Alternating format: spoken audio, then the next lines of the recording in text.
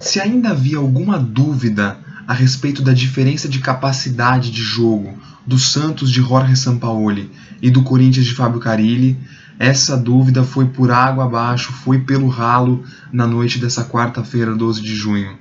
Ficou mais uma vez evidente a diferença do padrão tático e da existência desse padrão tático no time do Sampaoli e da inexistência desse padrão tático no time de Fábio Carille. O time de Carille conseguiu um feito impressionante. Nos últimos 180 minutos de bola rolando, o Corinthians criou uma chance real de gol. Uma. E nesses últimos 90 minutos não criou nenhuma. O Corinthians hoje teve 2 finalizações no jogo, uma sem querer e a outra que não resultou em nada, e 0 chances reais de gol. Um time que não tem meio campo, um time que sai 100% na base da ligação direta, um time obsoleto. Agora eu quero provar para o torcedor do Corinthians que isso não é novidade na era Carille. É verdade que o Carille começou essa sua segunda empreitada no time agora em 2019, como começou o Sampaoli também. Os 2 treinadores, apesar de uma evolução nitidamente distinta entre os 2 times, o time do Santos e o time do Corinthians tiveram esses trabalhos iniciados em janeiro desse ano. Não é que o Sampaoli esteja há mais tempo. E ambos os times foram remontados nesse ano, cheio de novidades, repleto de jogadores novos, sem a identidade do clube. Então, assim, essas desculpas não colam, não descem. Se dessem para alguém, não deveriam descer, porque todas elas são injustificáveis. Agora, voltando, o Corinthians ganhou um título em 2017, aliás, um não, 2, né? Ganhou um Paulista e ganhou um Campeonato Brasileiro, jogando exatamente assim. Exatamente assim. Dessa mesma forma. 2018 ganhou um Paulista jogando assim. 2019 já ganhou um Paulista jogando assim. Só que em 2017 e 2018 nós não tínhamos muitos trabalhos consistentes no Brasil. O nosso futebol estava nivelado muito por baixo.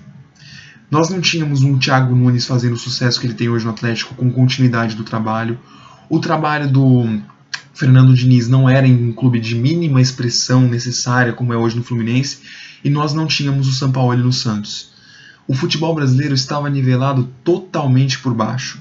Então, era natural que um time arrancasse em um momento, pegasse muita confiança nos jogadores, e esse time não é que tinha um padrão tático melhor ou que era mais organizado, é que o time engatou uma boa sequência. São Jorge e Cássio estiveram muito ao lado do Carille para ajudá-lo a conquistar esses títulos que ele conquistou. A entrevista mais sensata do Fábio Carille que eu vi até hoje foi uma no começo desse ano, em que ele disse que ele não sabia ser um bom treinador, mas sabia que era iluminado.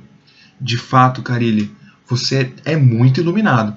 São Jorge, Walter e Cássio estão sempre te sustentando aí, porque é impressionante. O Corinthians joga do mesmo jeito com o Fábio Carille e ganha de 1-0. E aí joga exatamente igual com o Jair Ventura e perde de 2-0. É assim, é o mesmo futebol apresentado. Mas aí o Cássio faz 2 milagres aqui, a bola pega na trave e contra o Jair Ventura a bola entrava. Então, quer dizer, existe uma ilusão na cabeça do torcedor corintiano de que esse estilo do Fábio Carille é a identidade do clube. Isso é uma ilusão absurda. Nenhum time do patamar do Corinthians, que tem a 3ª maior folha salarial do país, a 3ª maior, pode se sujeitar a um futebol tão pobre, tão raso, tão inútil. Um futebol que você não enxerga nada.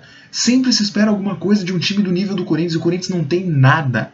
O Corinthians tem uma defesa razoável, que fica totalmente encostada no goleiro, uma defesa que joga com os 4 jogadores na linha do goleiro, fica mais ou menos fácil de se defender, né? Não corre muitos riscos. Do meio para frente o Corinthians não tem nada. Não cria, não triangula, não faz transições, não tem infiltração, o time não tem nada. É bola aérea, ligação direta e chutão o jogo inteiro. Pode estar tomando de 1-0, de 2-0, pode estar ganhando de 1-0, pode estar 0-0. O time não tem nada do meio para frente. Esse é o Corinthians de Fábio Carille. Muito tem se dito no futebol brasileiro que time que joga bonito perde e time que joga feio ganha. Especialmente os jogadores do Palmeiras. Agora, a questão que eu quero levantar aqui, que o jogo de hoje prova, é que os times que jogam, entre aspas, feio e ganham, que é o caso do Palmeiras, tem um elenco muito acima dos outros. A qualidade preço do elenco do Palmeiras são incomparáveis a nível de futebol brasileiro. Você tem que comparar o Santos, que joga bonito, com o Corinthians, que são elencos parecidos, e o elenco do Corinthians é até um pouco melhor. Mas aí você vê que o Santos está ganhando muito mais esse ano do que o Corinthians. O aproveitamento do Sampaoli beira 70% no Santos, do Carille está com 52% no Corinthians. Então isso é uma falácia. O Atlético Paranaense, que muitos dizem, joga bonito, mas não ganha. Olha o nível do elenco do Atlético Paranaense. Não é nem uma das 10 folhas salariais mais altas do país. Fez 3-0 no Boca Juniors em casa. É claro que teve também seus tropeços e fracassos, mas é isso que eu quero mostrar. Se você compara elencos de nível parecido, não existe esse papo de que quem está jogando bonito está perdendo mais do que quem está jogando feio.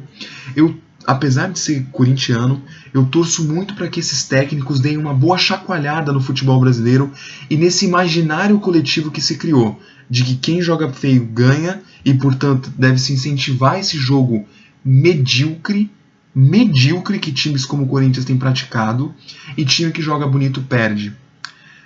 O Carille, quando surgiu em 2016, dizia ser o discípulo do Tite, né?